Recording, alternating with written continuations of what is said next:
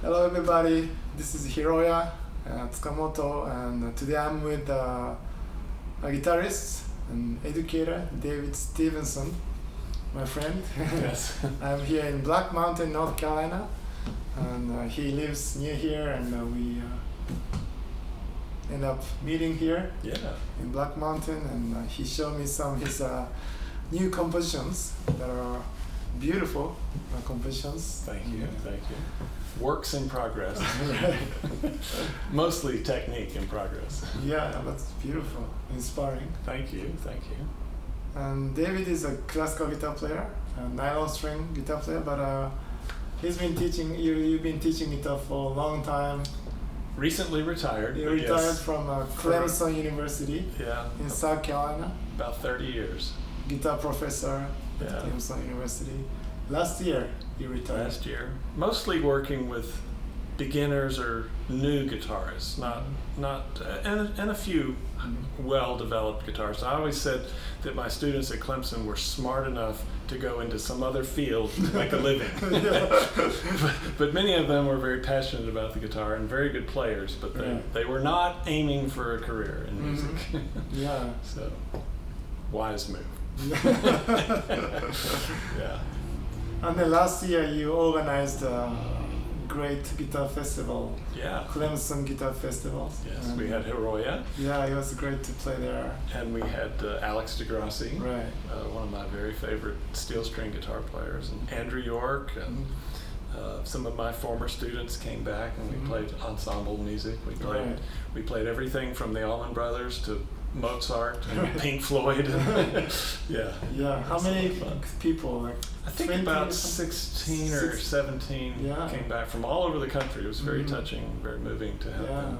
And again, these people are biologists and doctors and professors of engineering and all sorts of different backgrounds, but still the guitar is a really important aspect of their life, and they wanted to come back to Clemson and celebrate that.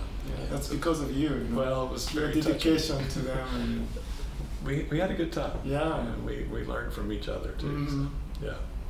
So, it was fun. I think your concert had really opened the eyes for a lot of my students. They'd never heard anything like it, and they were blown away. Thank you. So, Thank you. And I got inspired by other concerts too, That was my first time seeing Andrew York and Alex DeGrassi and Molly Tuttle too.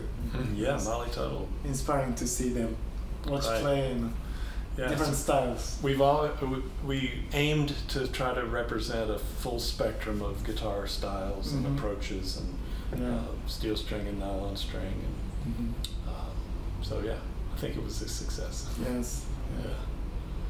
Yeah. So can I ask some questions? Please. So lots of viewers I assume that you play a steel string acoustic guitar like me, and obviously he played nylon string guitar, and then when I watch classical players, I always amazed by how much they think, how details. You care, nuances, details, right? Yes, some of us. It's different. Some of us require that because we can't figure it out. We need to be told more. This is how you do it. This is the way to unlock this passage, or to make this easier to play. So instructions end up being a good thing. Right. Yeah. And what is your your advice if you want to introduce some basic classical guitar exercise for steel string? I mean, it's different strings, but you can apply. It's 6 strings and it's tuned the same way. That's true. Right. So. But the right hand is very important too. It is. In all music, all instruments, scales and arpeggios are very important. Understanding how your instrument is laid out through scale knowledge and chord knowledge is very good. And then, it's one thing to play a chord, but can you break the chord up? arpeggio. Yeah, Try and to it. know all your arpeggios.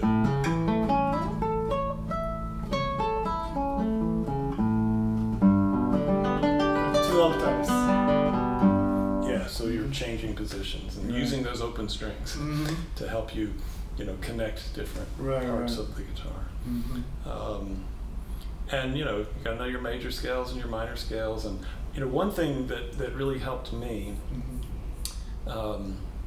so many guitarists play patterns and shapes, and I do that too. I mean, the guitar gives you that, so why not use it? But if you're really trying to learn music, I think you'd be wise to learn your scales in the open position, and not in a box, limited, where every scale pattern is the same for a major scale or a minor scale. But if you learn it in the open position, you have to think about the intervals. You have to think about the note that is next in the scale, and so you always opt for the open string. If I'm going to play a G major scale, I have to know where the A is. It's the same scale without open strings. Right, but that just becomes a pattern. And most people learn patterns. Our brain likes that. Simplifies it. It gives you something to stand on. Especially guitar players tend to how can I say, trapped in a pattern playing. So if you can take the time and determination to learn each scale form unique, the open string does that for you. Because the open strings will fall in different places in the scale, and sometimes the notes become sharp or flat or whatever. So it's like it forces you to know that. Well, that's a good lesson. And then one more time, I practice sometimes right hand and left hand separately, and I just focus on right hand. And do you do that too, or do you teach students to do like just right hand? Well, if I'm teaching somebody an arpeggio pattern, and I try to give like a variety of patterns, but if we just call this PIMA. It's all from Latin. But the letter designation is P-I-M, and the ring finger is A. So if you're doing P-I-M-A, that's going to get old, right? But if you put it with a chord, it's more interesting. Yes. And usually I say, the fingers, and no rule is made to not be broken. Every rule we have, there's a good reason to break the rule. But as a general rule, just let the fingers live on strings 3, 2, and 1. Let the thumb roam around. That's natural. So you might play a chord and just have the thumb move from 6 to 5 to 4. Or you could do a scale, like an E minor scale, and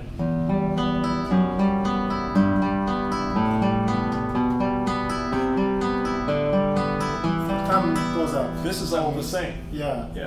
But the thumb is the note that's changing.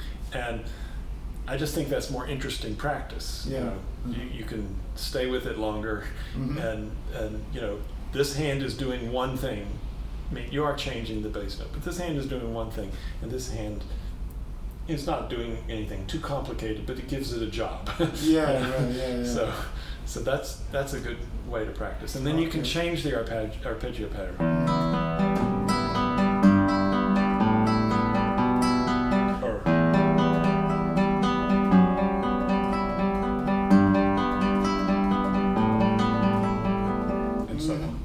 That sort of thing, so that you can get a lot of work done in not a very long or complicated practice session. That's good to know. Good. And then you are very open. Lots of classical players only play classical music. But David is very open to different music. I've been inspired. And you're a composer too, so it's try to be. That's a great thing. Well, anybody who's trying to make music, and there's so many opportunities now to hear so much music and so many different kinds of music, and I don't know why classical people want to just live in the classical world. I mean, it's great. It's a huge playground, but but you know, it's not the only place I want to be. Mm. Yeah. Would you show me some one of your compositions? Oh my gosh. Do you mind playing?